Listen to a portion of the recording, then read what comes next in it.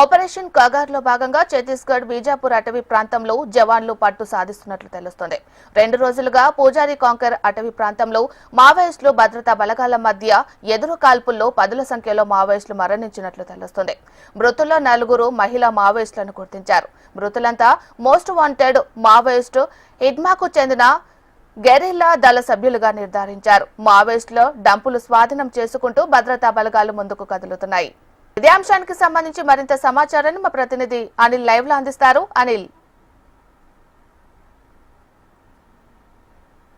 మీనాక్షి, ఛత్తీస్గఢ్ అడవుల్లో పోలీసులు పైచేయి సాధిస్తున్నారు. గత 4 రోజులుగా కొనసాగుతున్న కూంబింగ్ ఓ దశకైతే చేరుకుంది. ముఖ్యంగా కర్రెగుట్ట ప్రాంతంలో 3 స్థావరాల్లో సిఆర్పిఎఫ్ బేస్ క్యాంపులను అయితే ఏర్పాటు చేయడం జరిగింది. ఇంతకుముందు మావోయిస్టులకు శత్రుదుర్భేద్యంగా ఉండేటువంటి ఈ కంచుకోటలో ఆల్రెడీ 3 ప్రాంతాల్లో పుజారి కాంకేర్ తర్వాత బీజాపూర్ సైడ్ నుంచి మొత్తంగా పోలీసులు అయితే తలా 1000 చొప్పున బేస్ క్యాంపులలో చేరుకున్నారు. ఇప్పుడు ప్రస్తుతానికైతే గుట్ట పరిసర ప్రాంతాల్లోకి ఎవరిని కూడా రానివ్వట్లేదు. ఆ చుట్టుపక్కల 12 గ్రామాలను ఇప్పటికే పోలీసులు పహారా వేసి ఎవరిని కూడా బయటికి రావద్దని చెప్పడం జరిగింది.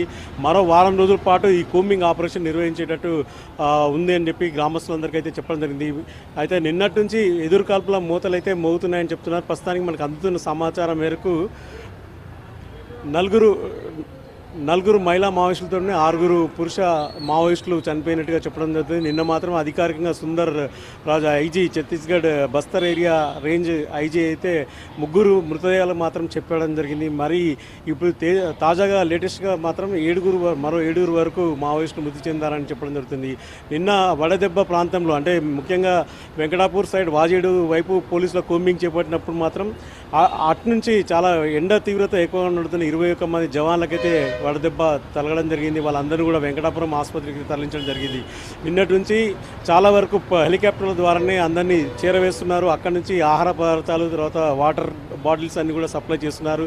మరో 4 రోజుల పాటు ఈ కూంబింగ్ ఆపరేషన్ అయితే చేపట్టే అవకాశం తెలుస్తుంది. ముఖ్యంగా మావోయిస్టులకు ఆహార పదార్థాలు పోకుండా అయితే పోలీసులు కట్టడి చేయగలిగారు. గత 4 రోజులుగా ఆ పరిసర ప్రాంతం మొత్తం 140 కిలోమీటర్ల మేర విస్తరించినటువంటి కర్రెగుట్ట ప్రాంతాన్ని పోలీసులు తమ ఆధీనంలోకి తీసుకురావడం జరిగింది. ఇంత ముందు నుంచి ఎప్పటి వరకు కూడా ఈ కర్రెగుట్టను పోలీసులు చేరుకునే అవకాశం లేకుండా పోయింది. గతంలో అయితే తెలంగాణ పోలీసులు వెంకటాపూర్ వరకే పోవడం జరిగింది. ఇప్పుడు ఏకంగా బీజాపూర్ సైడ్ నుంచి మొత్తంగా పోలీసులు అయితే వెళ్ళడం జరిగింది.